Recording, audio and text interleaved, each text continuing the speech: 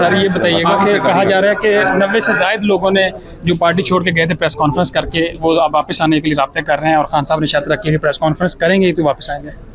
नहीं, देखो बड़े सारे लोगों ने राबिते तो करते रहते होंगे, लेकिन जिन लोगों ने प्रेस कॉन्फ्रेंस की है मैं पहले भी उसके बारे में बता चुका हूँ कि ये खान साहब की सवाबदीद है।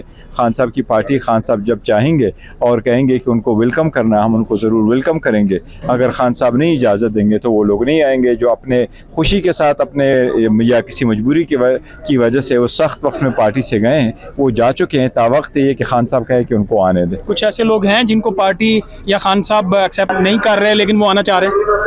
नहीं, कुछ ऐसे लोग होंगे, लेकिन अभी तो मेरे पास कोई ऐसी लिस्ट नहीं है कि कौन ऐसे लोग हैं जो अनएक्सेप्टेबल होंगे। सारा कुछ जो है वो खान साहब की सवाबदीद है। सर ये अमरीकी अकाउंट कमेटी के हवाले से जो है ना, अमरीकी वार्निंग के बावजूद ईरान से हम लोग तिजारत करने के मुकामिल हो सकते हैं कि नहीं? देखिए, अमेरिका ने जो भी वार्निंग दी, हुकूमत ने उसकी भी कोई जिक्र नहीं किया यहाँ पर। और ईरान के साथ जितने भी उनके MOU साइन हुआ है, किसी भी मिनिस्टर ने और किसी भी गवर्नमेंट रिप्रेजेंटेटिव ने ईरान को एतमाद में नहीं लिया कि वो किस किस्म के, क्या वो ऐसे हैं जिन पे जो सैंक्शंस है वो हो सकते हैं, या कुछ ऐसे भी है जो सैंक्शन नहीं है और हुकूमत सिर्फ आई वाश करना चाहती है, हमने कुछ किया जिसका इनफैक्ट कुछ भी नहीं होगा।